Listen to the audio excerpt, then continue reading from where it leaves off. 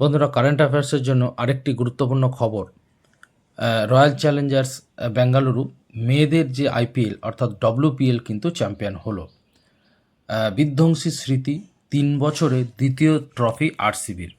আমরা জানি royal Challengers Bengaluru ছেলেদের আইপিএলে কিন্তু চ্যাম্পিয়ন হয়েছে প্রথমবার। লাস্ট যে আইপিএল হয়েছে, আবার কিছুদিন বাদেই টি-20 বিশ্বকাপের পরে ফের আইপিএল হবে। তো শেষ যে আইপিএল হয়েছে, বিরাট কোহলি চ্যাম্পিয়ন হয়েছেন বহুদিন পরে, এবং প্রথমবার রয়্যাল চ্যালেঞ্জার্স বেঙ্গালুরু কিন্তু চ্যাম্পিয়ন হয়েছে আইপিএলে।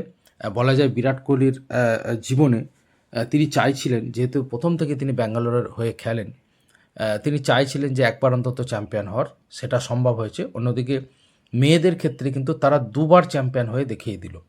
ডব্লিউপিএল এই ফাইনালটা শুধু রয়্যাল চ্যালেঞ্জার্স বেঙ্গালুরু আর দিল্লি ক্যাপিটালসের মধ্যে ছিল না, ছিল দুই বন্ধুর মধ্যেও, এমনটা আনন্দবাজারে লেখা হয়েছে।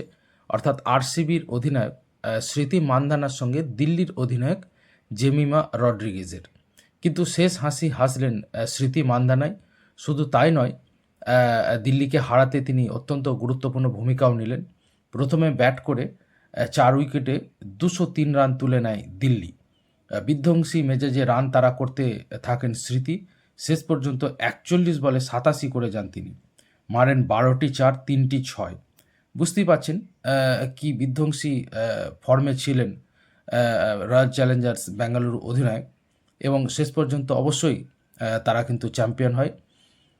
জেমিমা করেছিলেন 37 বলে 57 রান, মেরেছিলেন 8টা 4।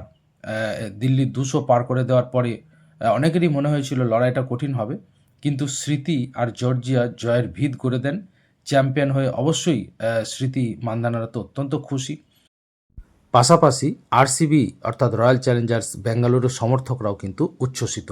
যাই হোক, কারেন্ট অ্যাফেয়ার্সের জন্য অত্যন্ত গুরুত্বপূর্ণ খবর। 3 বছরে দ্বিতীয় ট্রফি জিতল তারা।